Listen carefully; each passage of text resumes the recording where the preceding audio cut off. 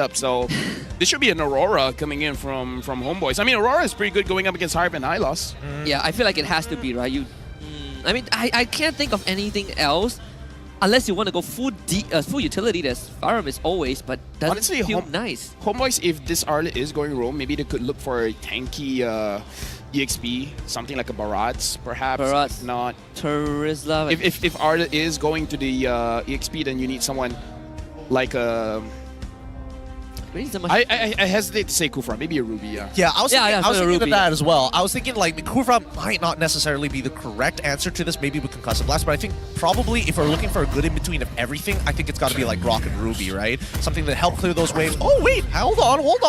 Turizla gets locked in, so they don't want to sacrifice the EXP sector of things. They're going to throw Arla as their roam support and Valentina as their mid laner. So it's comfort pick for Izanami. Plenty of choices for him. I'm looking at the damage department. I think Homeboys just want to drag the game for as long as possible for this Ling and Carry to come online. So Homeboys, they need to win this because Arlen and Valen is not always a lane bully. It does depend on the matchup, but if she's able to control the lane, able to poke out when your level is higher than opponents, then you're in a good spot as a Valentina. So this is why I feel like the Arlen... What is that? It's a dedicated mask. Wow. Look at him. Man's coming in. That is cool. Hold on. Cyberpunk plus JP tech. This man's a true fan. We've gone pretty far into the future. So Ruby goes over the Niners.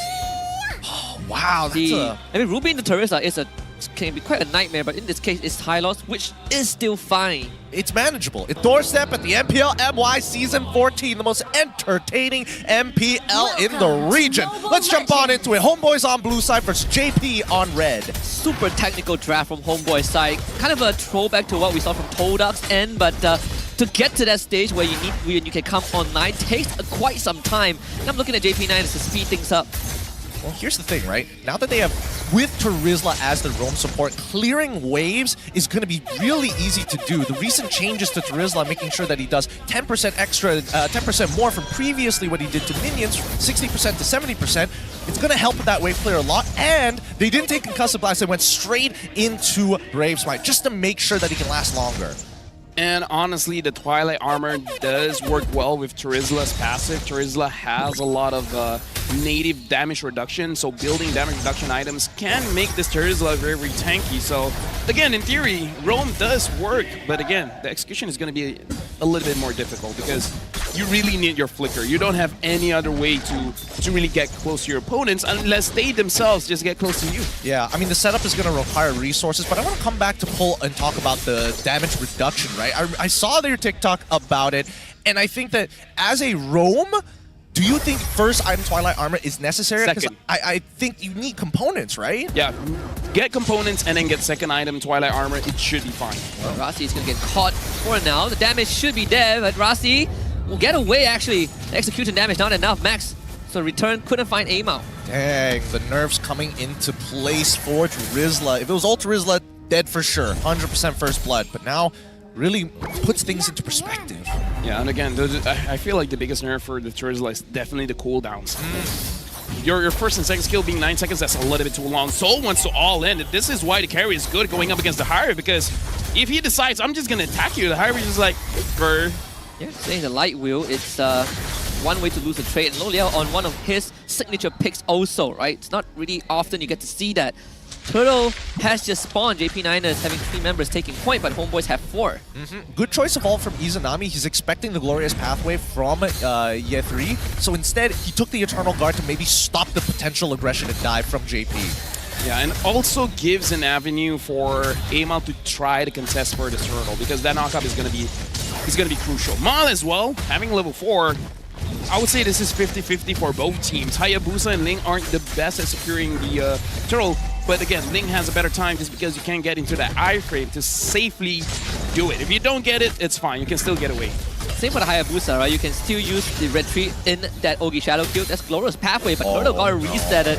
Not the best condition for JP9ers, but they have committed this. Yeatri and Rossi holding the front for as long as possible. Turtle about to get reset again. Rossi gets a 4-man pull, and JP9ers pounce as first blood. Amal goes down as the backline exposed. Max doing work And finally, Turtle goes over to JP9ers. Good eye from JP9ers. They saw them perfectly clumped up together, instantly finds the punish off of it, and cuts the front from the back. That's going to be a free turtle, but man, that turtle dance alone took up so much.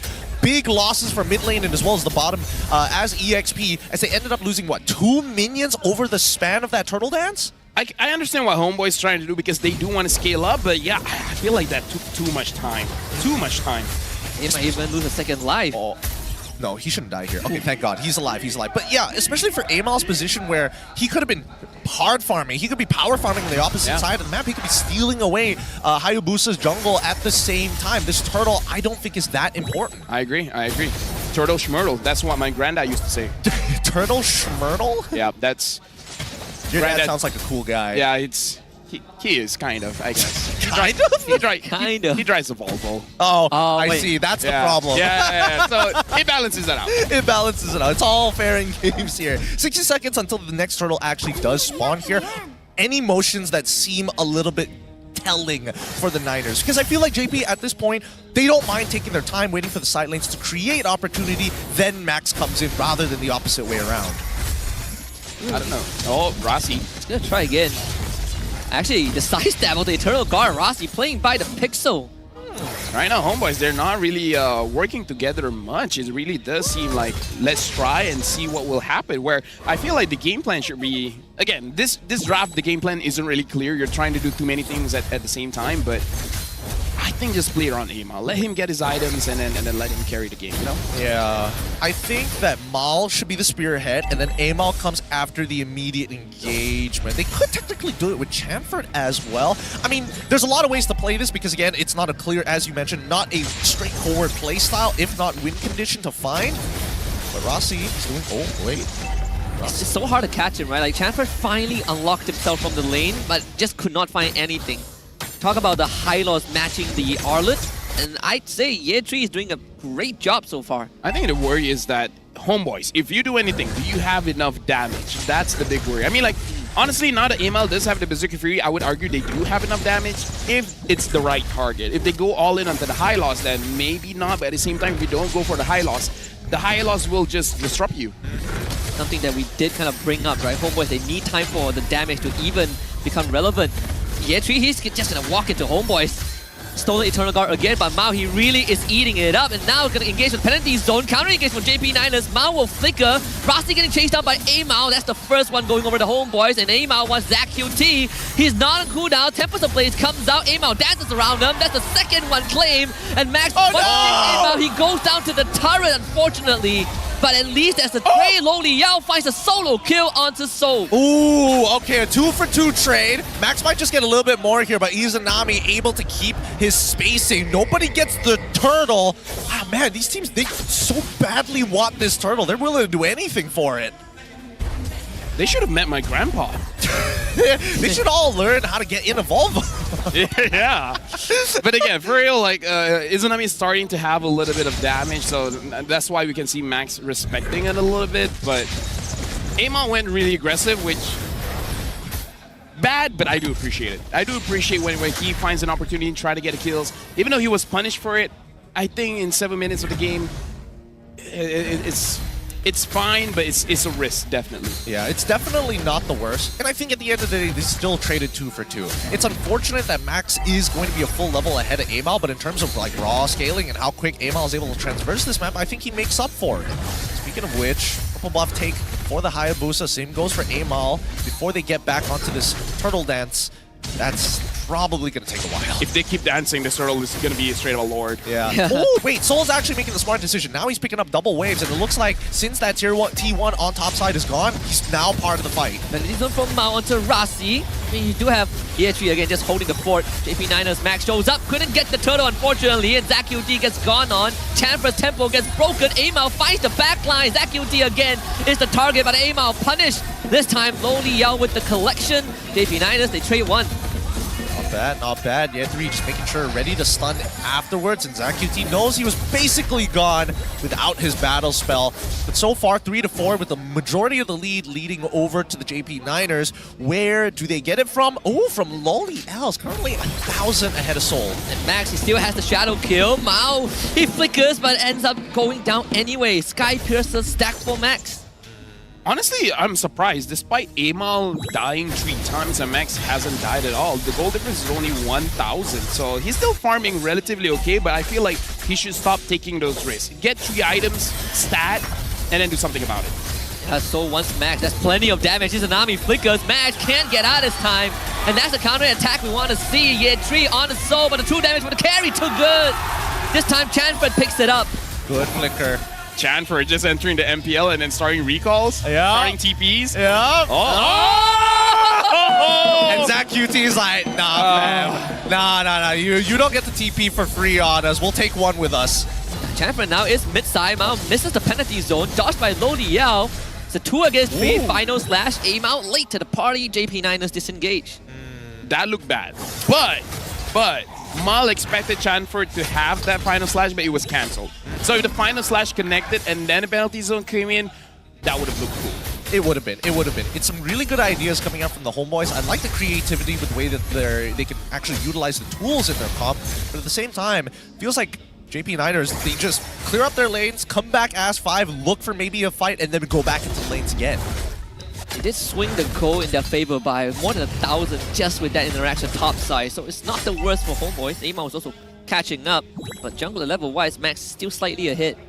Yeah, right now, honestly, Mal has been doing well in terms of tanking the damage. We see that this Terizla roam does take quite a while to get taken down. At level 9, I kind of feel like his damage reduction is more or less the same as previous patch Terizla, so he's tanky there. I'm just waiting to see how are they gonna engage. Are they waiting on Chanford or are they waiting on Mao? I think they're waiting. No. I think they're gonna wait until it's like around 25%, and that's when Mal's gonna walk up to try and maybe catch Max and hopefully Loliels if they're close together. I think that would be the ideal scenario. But that's a holy crystal for Loliels. He's down to fight. What a timing! 10.5 minutes in, so that's a commitment in Glorious Pathway and concealed just for mid tier 1. Here comes the penalty zone for Mao. Catch on the 4 people, but the follow-up needs to be there. Loliao pops to Purify. The shield from the Chrono Dash, so good. Loliao decides to just dive the back for the kill onto Mao, and Chanford is isolated. A pull flicker from Rossi. They want more than just 2. JP Niners strike with the irons hot. Tsunami does take out Loliao for killing spree in the back line. So there is the trade for Homeboys. Hey, RG versus RG, there you go. Oh, this is my boys. See, this is an interesting matchup, man. I thought Izanami was gonna take that recall, but instead loops around to find that execute on towards Loliels' side. A little unfortunate that, I mean, Amal's not gonna have that purple buff, but they're almost max level, so it's a give and take. Don't you guys like it when friends kill each other? No, I love it. My favorite part. Yeah.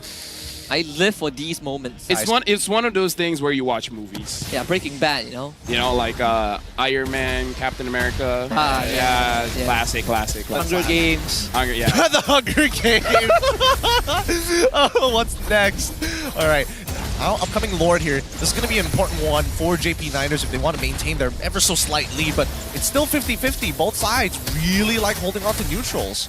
Wait for a bit of the cooldown, revitalize to come back up now. Loliao, 15 seconds from the Purify. JP Niners can wait for that to come back up. They're going to have a way better chance.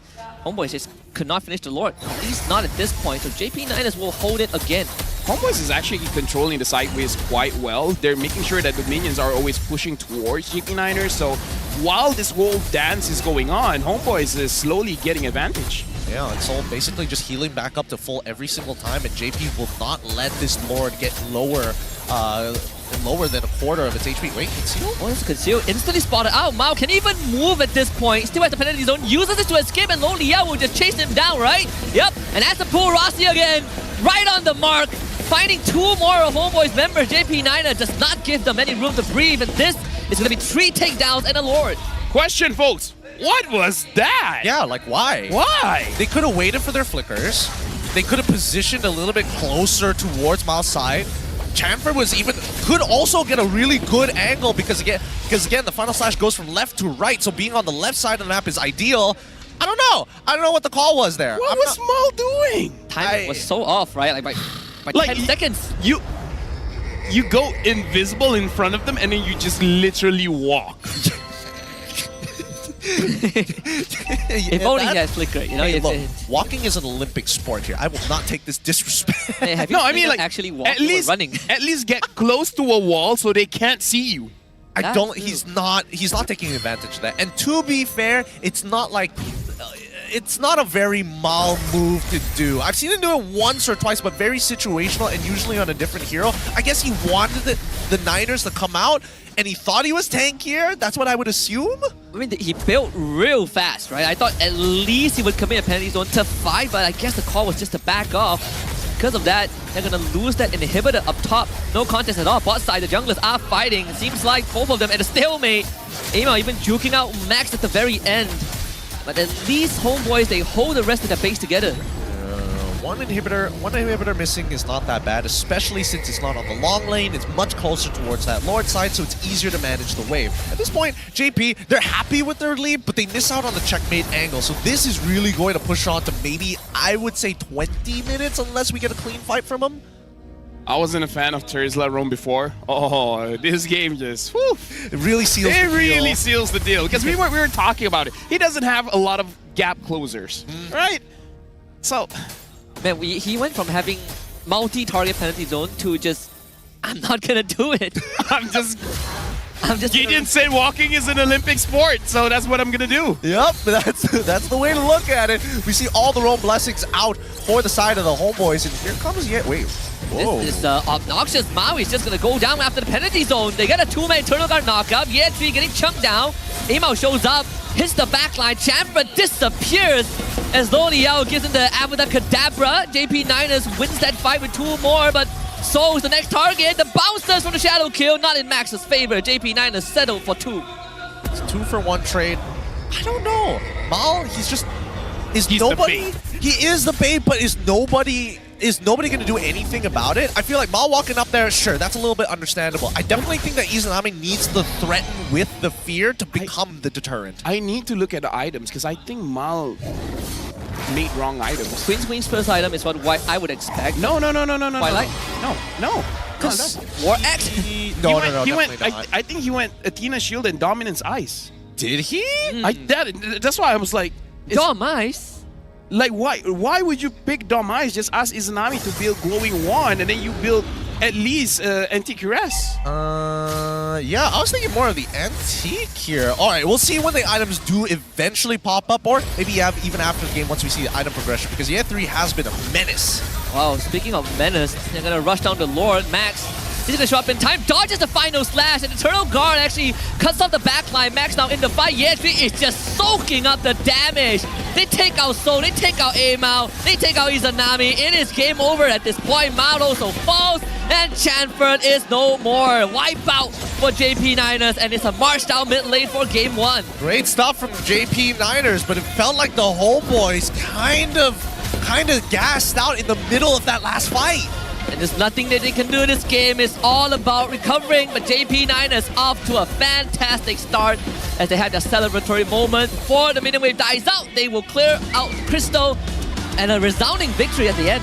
GG well played to JP Niners. Homeboys are going to have to hit the drawing board and think about how exactly they're going to punish their draft, but in the meantime, JP, as well as their fans, get to enjoy this moment.